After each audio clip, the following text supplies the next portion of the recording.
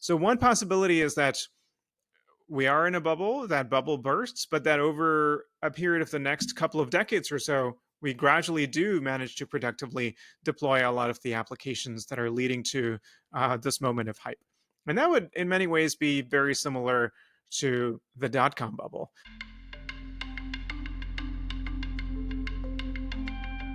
In the book, you talk a lot about AI and capitalism. So, why this is so important and what is so special about it? This is a quote, I think, from Ted Chiang. If I remember correctly, fears about new technologies are often really fears about capitalism, right? How is this going to reallocate benefits and costs in our society? And throughout the book, we document over and over, not just in this general abstract sense, but specific ways in which the haphazard development and deployment of many AI tools and technologies has been such that companies get the profits, but the costs are often borne by others. A classic example, of course, is that chatbots were unleashed upon the world, and then overnight you have educators both at the K through 12 level and at the college level scrambling to figure out how to change their testing practices, their curricula, really all within a period of a year or even a few months, because now you have an epidemic of students using chatbots. So that's just one example of privatized profits and externalized costs, but this is a very common phenomenon, I think, in modern AI. So, when you think about some of the traditional brakes on technology being deployed, do you worry that with this arms race that we are entering into with China and this increasing conflation between the government and the big technology companies, in the sense that this government seems to have decided that it's a matter of our survival to beat China, which you can extrapolate into meaning turn the tech companies loose, let them do whatever they want, that some of those traditional means of slowing down deployment are going to get overrun. And I guess more broadly, that this is leading to a confluence between at least a certain type of corporations and government that is perhaps dangerous for the future.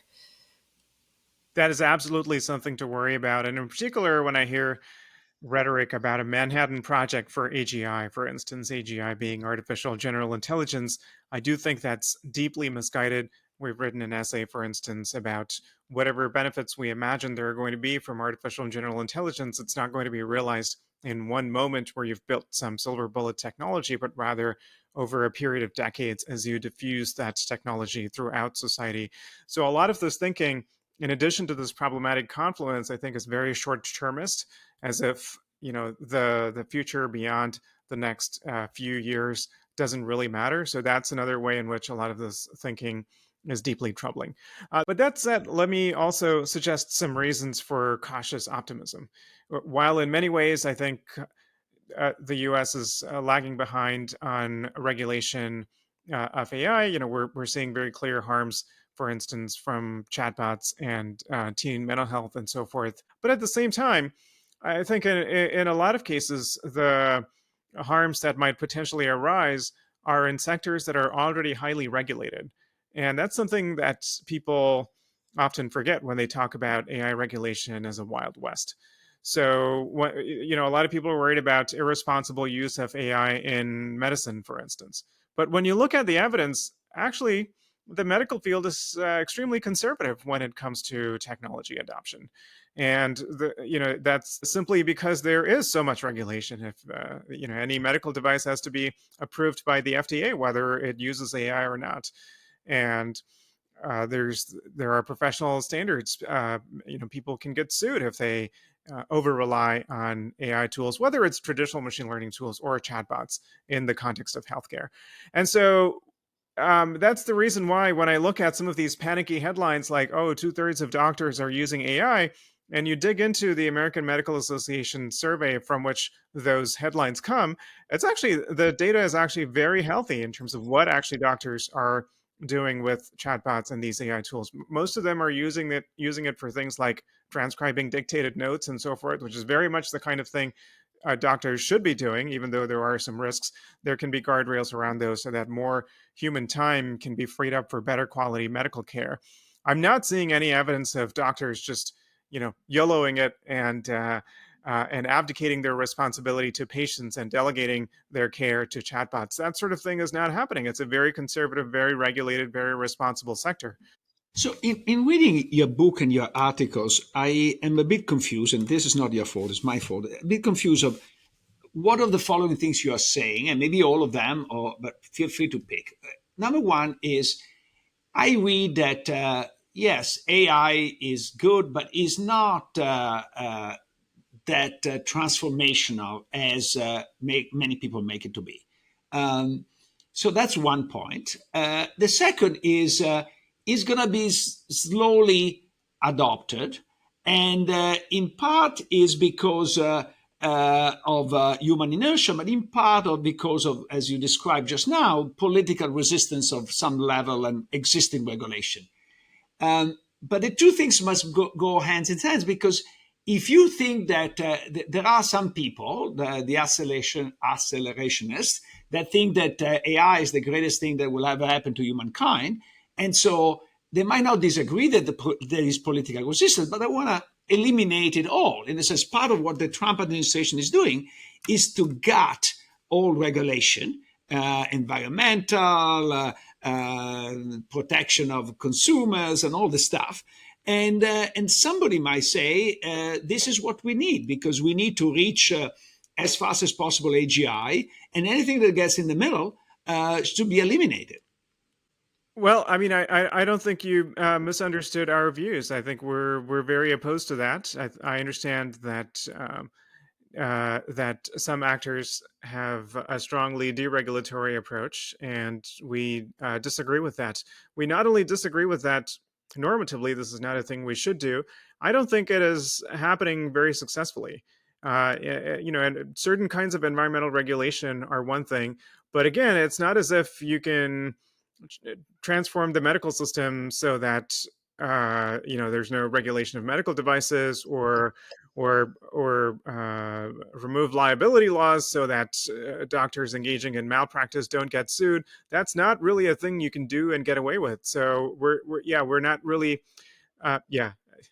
This I'll is where, stop there. sorry to interrupt you, but this is where I think there is some wishful thinking on your part. I don't think that is something that is completely out of the feasible set. We know already that some people are thinking about this little nation state in which everything is permitted, right? Including medical devices without FDA approval, certainly no liability for doctors. I think that there is a part of the Silicon Valley universe that is really, really going that direction. And I'm feeling that unless you merge this with the fact that actually AGI is not that feasible or not that great, your warnings are actually fuel to the fire of saying we should eliminate more, because you're saying don't worry because there is regulation, but they say actually we do worry because we want to accelerate, want to eliminate all that regulation. Yeah, I mean, a lot of what the book is about is talking about the importance of regulation, of having regulation, having more regulation in many cases. It's not, don't worry. I don't think that's the theme of the book. There is a lot to worry about, and that's why we wrote the book. I also don't doubt that many people in Silicon Valley do want a completely deregulated environment. I mean, I don't think they're close to getting it, but I understand that they are pushing for that. And I think we should push back. And part of why we wrote the book is to help us push back by pointing out that we're not going to get to some kind of utopia in a short time frame, and therefore, if we dismantle our civil liberties, we're going to pay a lot of the costs without reaping any of these promised benefits. So, in fact, we hope that our book can play a small part in resisting those crazy efforts. And the last thing I will say is that if they succeed in doing that, to me, it's not so much an AI problem. That's a democracy problem. That's a much bigger conversation. And it's not so specific to AI harms at that point. So just to keep pushing on this point, Mark Andreessen, of course, has famously stated that slowing down any AI development will cost lives, and that it's this moral obligation to accelerate it as fast as possible. Is there anything in what he said, or anything in what anyone has said, that has challenged your view, or made you think twice about the sort of core idea that it will be slower and slower is better? Sure. I mean, there are lots of potential benefits from AI. We consistently acknowledge that. We repeatedly call out, for instance, self driving cars as having the potential to save 1 million lives per year, which is the number of lives that are lost in car accidents throughout the world. There are many things to figure out, labor impacts, certain new types of risks that they might introduce. But I do think all of that is worth it because of the sheer number of lives saved at the end. We try to be clear about that in the book. That is not a call for conflating all different kinds of AI, I think, and arguing that no regulation ever has its place. One of the central things that the book tries to do is break apart different applications of AI so that we don't lump it all into this one umbrella, and be clear about what application we're talking about, what the benefits and the risks are. Um, and the final point I will make is that for us, a lot of this comes down to the speed of deployment, not so much the speed of development. It, in our view, it doesn't matter that much if we accelerate or decelerate the development of general purpose AI systems. What matters far more is the speed with and the nature of the integration of those AI models and systems into our institutions. So we'd much rather have the conversation of should that proceed faster or slower? And the answer is it depends. In many cases, there is an argument for faster, such as when it comes to self-driving cars. In many other cases, there is an argument for slower. So, on this theme of development versus deployment, you've talked about this idea that AI, as it is now, can create sort of a set of prizes based on an ability to beat a benchmark. And so, but the easier task is to measure via benchmarks, the less likely it is to represent this kind of complex contextual work that often defines professional practice. To explore that more, can you maybe talk about it through the lens of law? Because that's one area where on the surface you might look at and say that whole industry, particularly at a junior level, is going to get wiped out by AI, because AI can do all the brief writing and everything that used to require an army of more junior lawyers. And that also feeds into a question of, if you don't have junior lawyers, how do you train senior lawyers? But I'm going on a tangent. But anyway, what would you, if not law, what would you use to best explain that idea or explore that idea? Yeah, definitely. A couple of years ago, there's this company, Do Not Pay, that I think started out as a way to dispute parking tickets and things like that. But they had bigger ambitions, and they claimed to have built a robot lawyer. And their their kind of pitch was that if any lawyer used AirPods to argue a case in front of the Supreme Court, just repeating what this robot lawyer said, the company would pay them $1 million because of their service for demonstrating the superiority of this robot lawyer. Now, this was never real. They surely knew that this was nothing more than a publicity stunt, because electronic devices are not even allowed in the Supreme Court, right? So this was never going to happen. But it went viral because for a lot of people, it at least seemed plausible that this company had managed to build a robot lawyer. There was none. They got into trouble with the FTC. You can read the complaint in detail, all kinds of misrepresentations and lies. There wasn't a robot lawyer.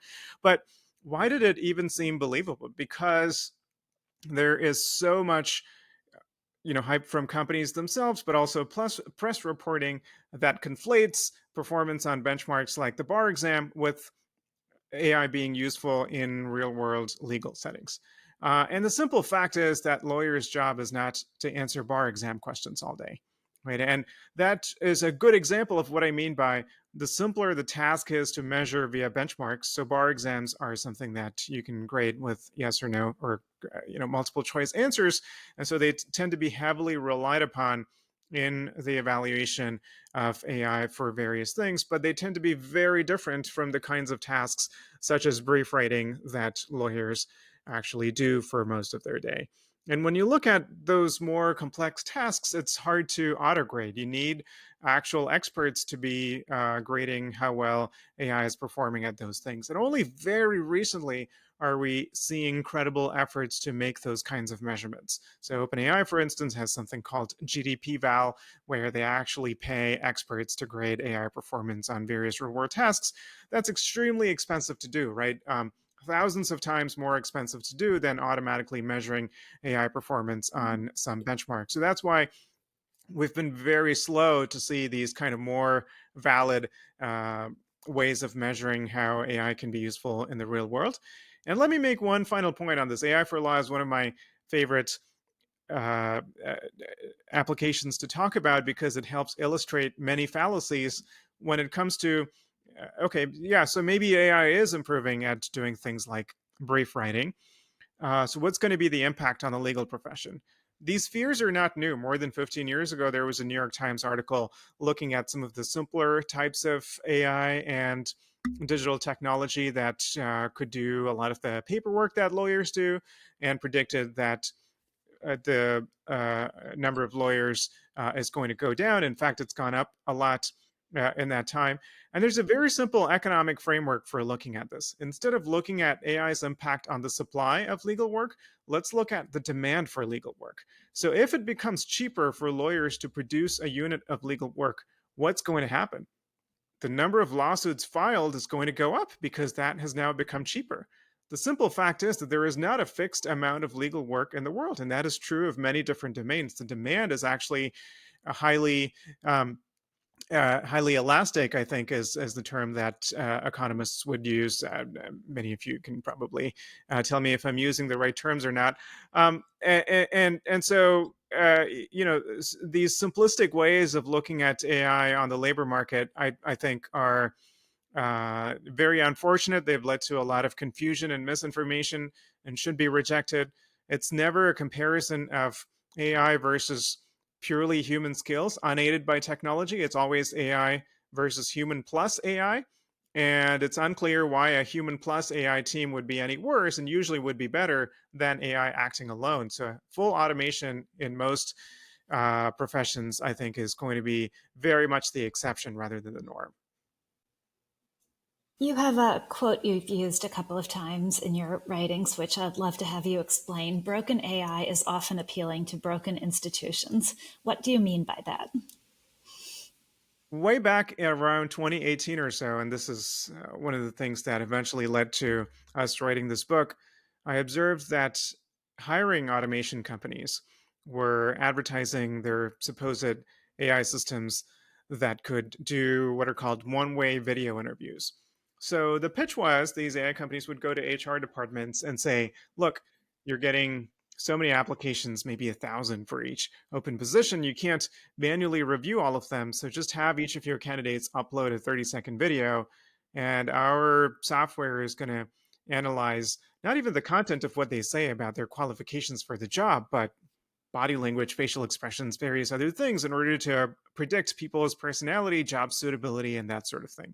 And it was very clear to me as a computer scientist that there was no known way in which this could work. I started calling out this kind of thing, and that resonated with a lot of people. And eventually, we realized that there was a lot more of these types of AI products that are not just overhyped, but as far as we can tell, don't seem to really do anything. I called it an elaborate random number generator. But the puzzle to me was why, despite you know thinking about it for a few minutes, should make clear that this can't possibly work. This was so appealing to so many of the people who were buying the stuff. And it made me realize it's not because they're getting fooled. It's because even if it is a random number generator, it actually works for their purposes. It allows them to have some seemingly objective way of saying, this is how we filtered down these 1,000 applications to these, I don't know, 20 applications that you can then do a manual interview of. And they never use it for the kinds of jobs that are valued and paid highly. It's for things like customer service and tech support and these types of things, where they don't really seem to care that much uh, about the candidates and finding the best candidate for the job. So our view was that this is one example, and there are many other examples. There is already something broken about the process. The hiring process is not working. Whatever process they have now, it's not allowing them to identify amazing candidates. So their view is, if this is, if this pretends that this AI system is unbiased and accurate, is allowing them to cut down on their costs while essentially continuing to do the same thing they were doing before, which is not care too much about which candidates they were hiring, then it's a win-win. And unfortunately, this kind of thing seems to be all too common. So it's not merely a matter of saying this AI system doesn't do what it's supposed to do, but looking at the underlying system, seeing what's broken about it, and whether that can be fixed. One of the things I've been thinking about, this might be too basic a summation, but that one potential cost of AI is what it hurts, what it wipes out. But another, mainly in the form of jobs, but another potential cost of AI is what it prevents, and that will be a more invisible cost in the sense that we won't be able to see what we're losing. It'll just be lost. And so something you've written has really stuck with me, this idea that it may prevent real scientific breakthroughs, because if we start to rely on this sort of endless loop of iteration in science, of just trying to squeeze more out of what we know instead of that real creative leap toward what we don't know that has characterized most of the great scientific discoveries, that will actually AI will actually stymie our progress rather than advance it. Am I summarizing that well? And how do you think about that? That's right. I do think AI has great potential for science if it is used right. Right now, I don't think we're on that path. I think right now, as a scientific community, we are misusing AI more than we are using it responsibly.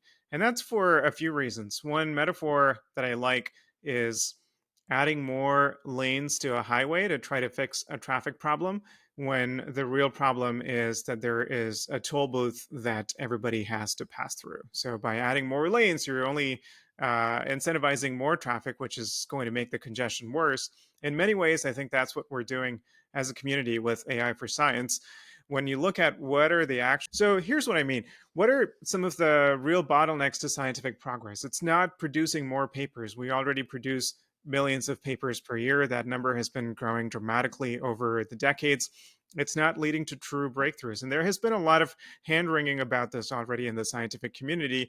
And one pattern that's been observed is a paper by Chu and Evans, is when a field gets larger, when papers are coming in at a bigger rate, it actually gets harder for scientists to wrap their heads around everything that's going on in that scientific community. So they have a tendency to gravitate towards the most prominent, the most already popular, the most central ideas in their field. And this actually slows down the entry of new ideas that might be radical at first, that might challenge the currently prevailing ideas. And we've seen throughout the history of science that the new radical idea, the idea that the sun is at the center of the solar system, for instance, when it was first spoken, it was almost unthinkable, right? So how do you go from radical fringe idea to the new consensus? That's the real bottleneck. It's not accumulating more facts within existing paradigms. It's realizing that something you thought you knew is actually wrong and moving to the next paradigm that challenges what we think we know. And so the way that AI is being deployed is more in the accumulation of existing facts phase. And what it's doing is it's further increasing this kind of traffic jam where there are too many papers coming in, so that scientists are forced to gravitate toward the comfort of clinging to the ideas that are already popular, which is making it harder for this inherently sociological process, right? Determining what is radical and nonetheless worth further experimenting so that it might one day become the new normal. That's not a job for AI. That is, at least for now, intrinsically a job for humans. And therefore, this avalanche of new, greater productivity, partly due to AI, is actually jamming up that process. There's more to say on that, but that's the fundamental core concern. Speaking of research, you raise a point which is very dear to me, which is the influence of control over the data on the entire ecosystem of research. Is the fact that today most of the most valuable data are in the hands of private firms who, number one, don't share it widely, and number two, pick and choose the people that they share with to basically shape a bit what kind of research is published. And you claim that other fields do much better, like medicine. I think is a bit too optimistic, but I think that this is a gigantic problem that we're all facing, and we don't have enough antibodies yet. Yeah, I mean, maybe let me speak to my field, computer science, so that I don't say anything about medicine that you might find too optimistic or inaccurate. So early on in the history of the field, the idea that computing technology could have negative impacts, that was not really something that people paid much attention to in the nascent years of computing.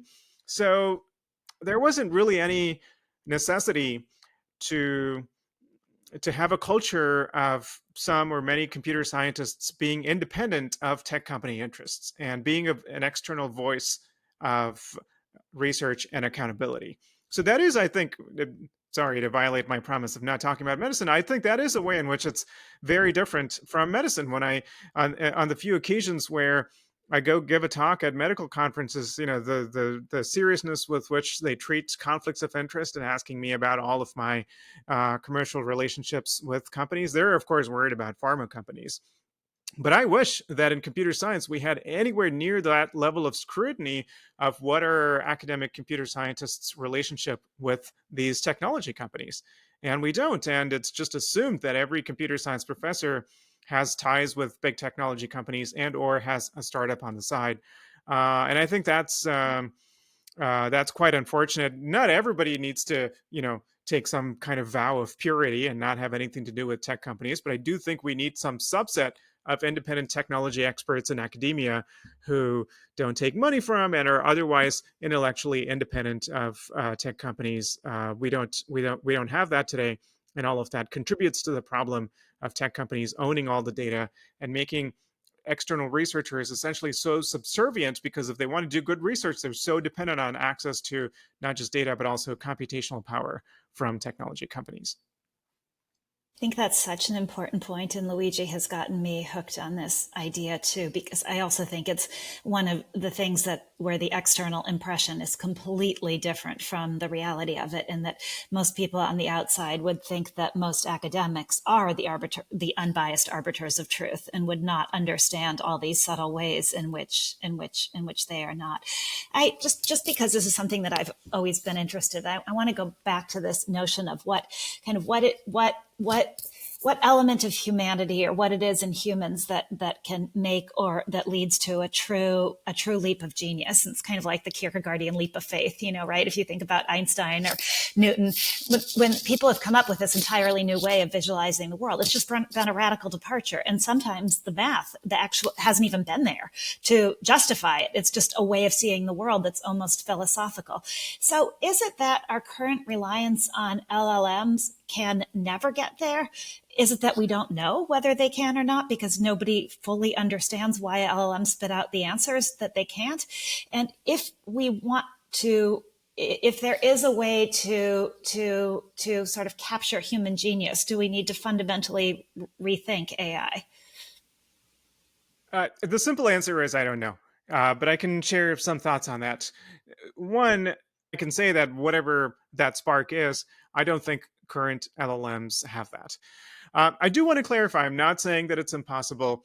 I do think it would require different approaches in at least two ways. One is that if you want to increase this kind of creativity without just turning it into just a random number generator, right? Well, creativity while also retaining some kind of grounding, that would be a very different kind of product from a chatbot that's useful to everyday users. So you can't expect both of these from the same system, because an LLM or any kind of AI model or system that had that level of creativity is just going to have too much randomness to rely upon for everyday use when someone just wants it to, do some shopping or whatever, right?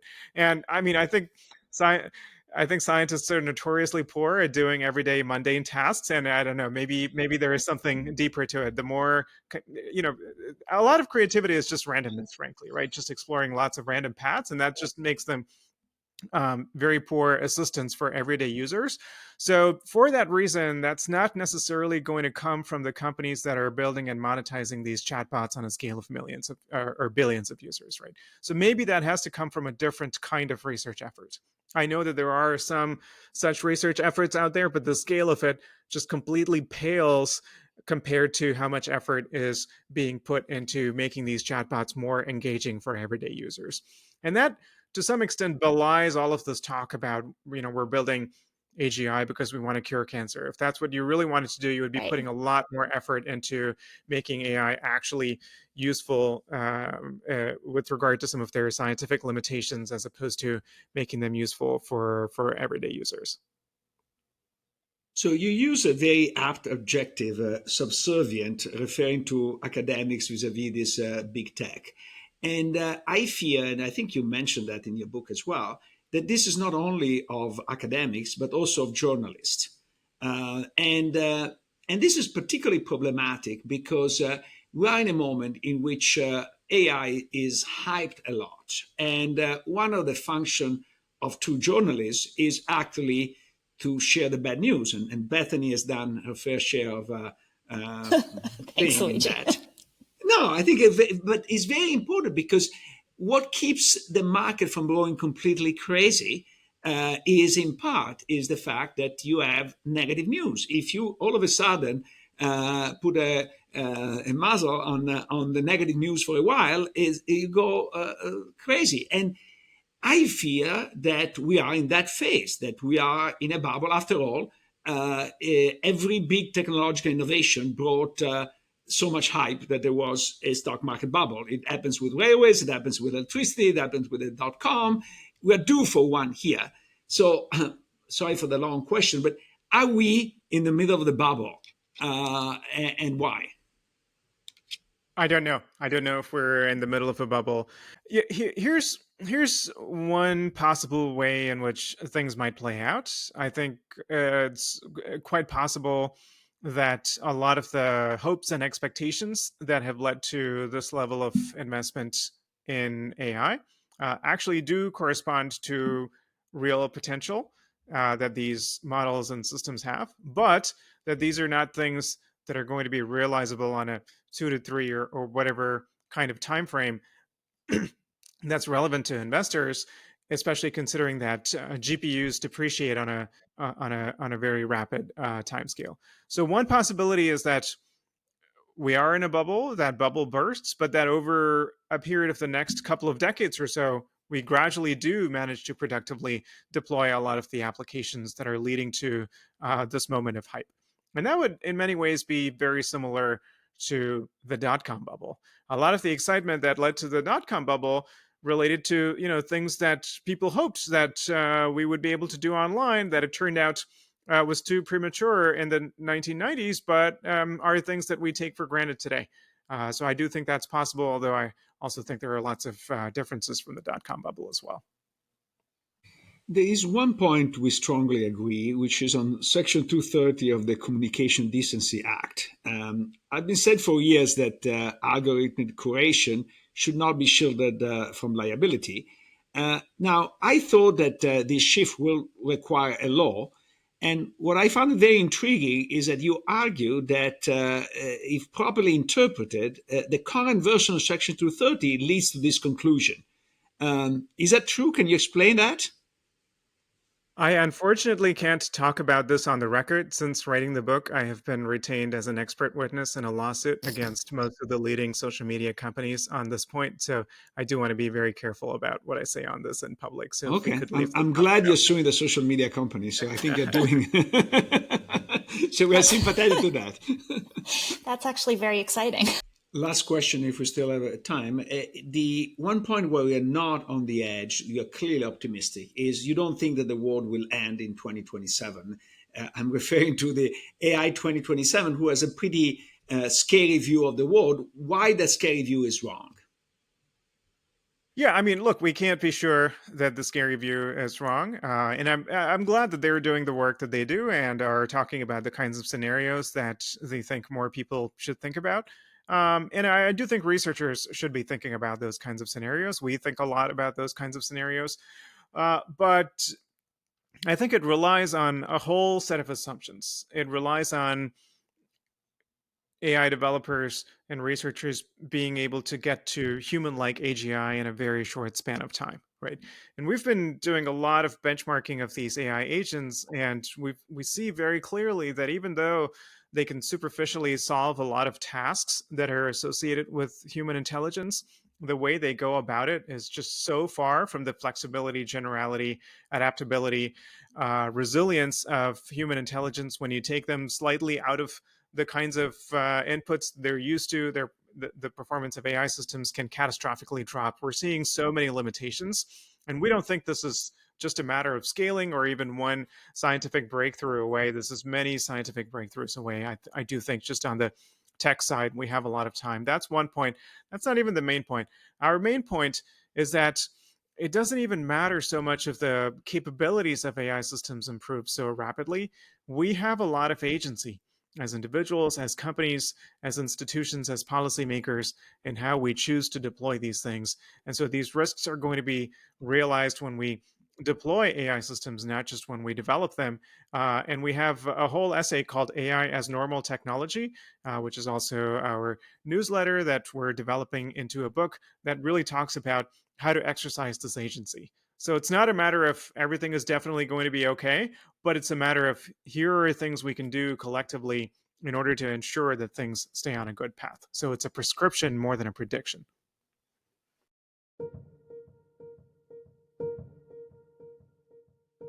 I think that a lot of his arguments rest on the idea that there are systems in place and structures in place in our world that will stop us from having to confront these questions. And I think it rests on a second assumption that those systems that will make us have to confront those questions slowly are also good. That friction, for lack of a better word, is good. Does that sound like an accurate summary? Yeah, absolutely. Yeah. I think that he assumes that this is in place when I think part of the crucial debate is from a societal point of view, what should we do? If you just assume that technology will be slow by definition, there's nothing to be done. It's kind of a a positive optimist laissez-faire, assuming that the government works very well. And Yes. maybe because I'm pessimistic, I don't think that the government works very well, especially when there are powerful forces that want the government not to work in that direction. It seems to completely ignore that there is a massive pressure of the Silicon Valley to get rid of all these frictions. It's funny, I've been subscribing to this AI newsletter, and I've been thinking increasingly that the ways in which AI is getting integrated into things, it's just being done in these ways where it's not as obvious as he thinks it's going to be. And so because it's not as obvious, it's sort of creeping in around the back door. And therefore, because it's creeping in through the back door, the systems won't be in place.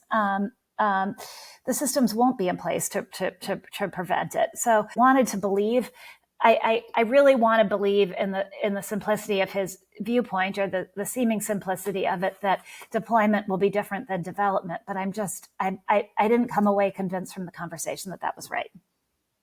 And if he says that at the end of the day, AI is such a quote unquote normal technology, then the acceleration that we fear or we desire might not be there. And so even the pressure to think hard about this societal trade-offs disappear.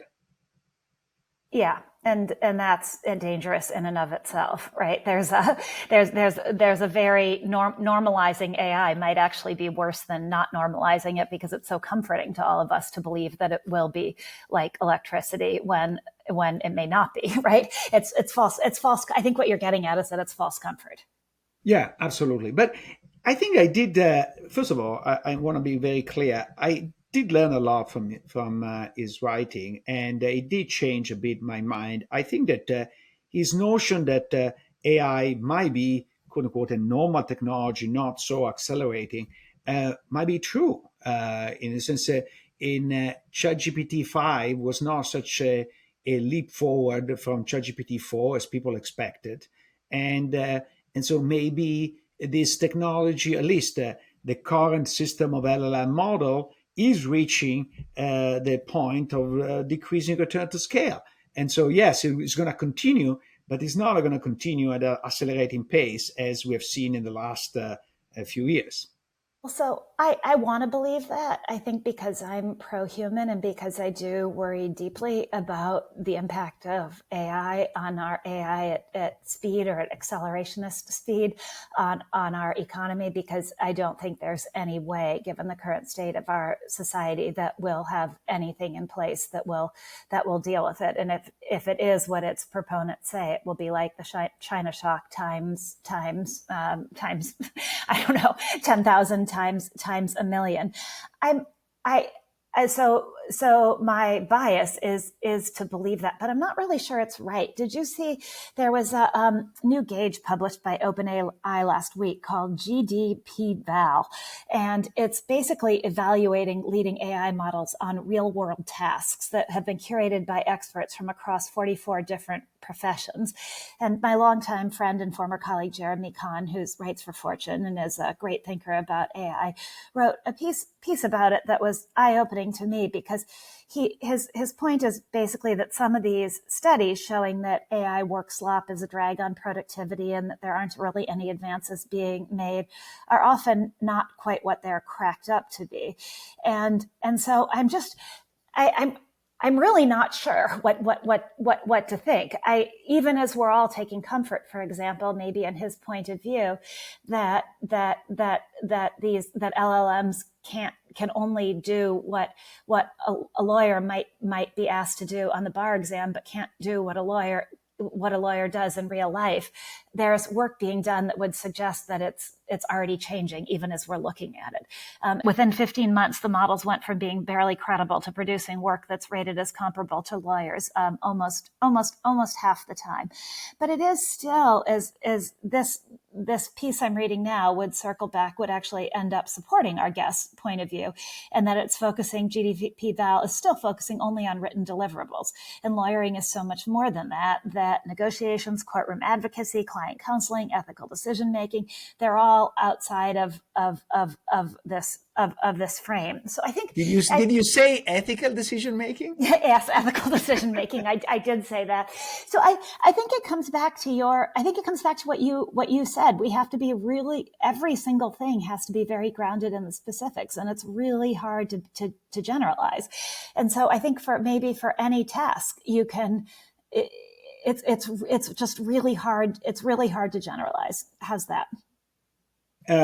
Yeah, that sounds a bit like historians. They always say it depends, and I with know, this you don't I have any know. conclusion. But I think that we can generalize one thing, that it is going to be disruptive for any kind of job, and the thing that is difficult to establish is for some job the disruption will be mostly positive because you get enhanced in your productivity, and for other there will be a lot of displacement, and so this is not a reason to block the benefit of AI, but it is a reason to think very hard how we can soften up the societal consequences that these technological changes will bring about.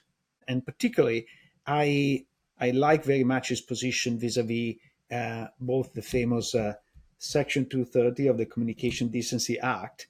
I think that he shares my views that you should make companies liable when they actively edit in the form of promoting some posts versus others. Now, he claims that you can even use the existing law to make them liable. Unfortunately, he didn't want to talk about it because he's an expert witness in a case like this. But I think that that would be very, very useful. And also, he has a very thoughtful position within that time to I think, discuss on copyright issues. And he basically say we need to have the political system to intervene. The trade-off between the incentives to protect the producers of art and the incentive or the producers of technology and the incentives to distribute them to the largest number of people is very much driven by the existing technology, and the existing technology has changed, and so we need politically to have this discussion. Unfortunately, we don't have basically either of the two sides being ready to have this discussion in a calm way, and so I fear that we're going to try to limp along with outdated institutions. I think that that's, to me, is the greatest frustration.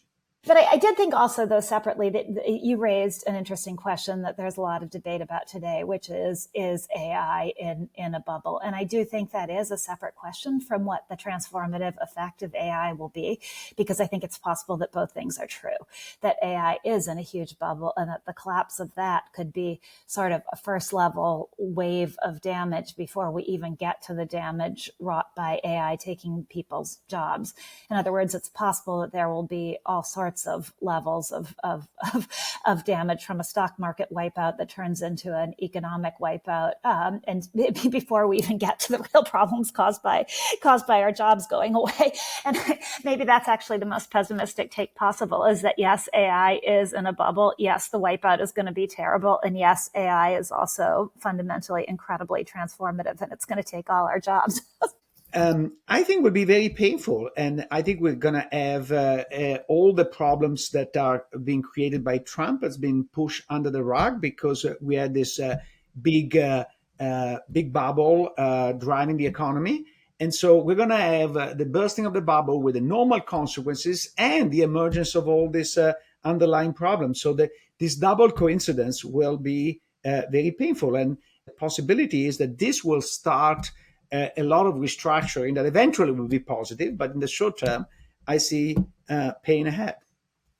Yeah, I think it goes back to the conversation we had about Japan, actually, which is that in many cases, bubbles are masking underlying weakness. And I worry that the current AI bubble is masking underlying weakness in our economy. And so when it bursts, that underlying weakness will also be part of the problem. There are these incredible numbers from Michael Sembalist at JP Morgan. He wrote that since the release of ChatGPT in 2022, the value of AI-related stocks have accounted for 75% of S&P 500 returns, 79% of earnings growth, and 90% of capital spending growth. So if all of that collapses and goes away, it's going to be extraordinarily painful on a scale that puts the dot-com bubble to shame. A friend of mine actually reminded me recently, remember Pets.com, how that was the celebrated collapse from the dot-com era? So guess what Pets.com peak market cap was? About $300 million. Tiny, tiny, tiny. So you contrast that to, let's look, what is NVIDIA's market cap right now? NVIDIA's market cap as of right now, as we're recording this, NVIDIA's market cap is 4.56 trillion. So the scale is it's entirely different. So therefore the damage will be a lot bigger. And I also think our economy is in worse shape. The AI bubble is hiding a plethora of sins, including a rising and unsustainable debt level. And so I think it could be quite ugly. How's that for Monday morning negativity? Yeah, I think it's very negative, but as always, being negative, sometimes you might be right. And this is what is interesting is if you want to think about the biggest change in technology was the introduction of mass production that Ford brought about, and really that became diffused in America during the period of the Great Depression. And one of the issues that the Great Depression, that most people are not aware of, is there were massive increase in productivity during the Great Depression. And they didn't manifest in more people having more wealth, but I think that from a technical point of view, was an extraordinary period of growth. So it is possible, as you said, that after the crash following the AI bust, there would be a lot of restructuring, increasing tremendously the efficiency, but with a lot of people unemployed. I think that those two things are possible. And to be fair, I think moment of crisis are the easiest one to restructure. I always tell my students that an example of technology is in at the beginning of World War II, the French and the British were defeated by the Germans because the Germans knew how to use the tanks in a much more efficient way in waging war than the Brits and the French. But there is nothing that makes you learn fast as a defeat, a military defeat. And the British and later the Americans learn how to use the tanks pretty fast. But without a defeat, it's hard to change. So unfortunately, economic downturns have this positive effect, but they're very painful.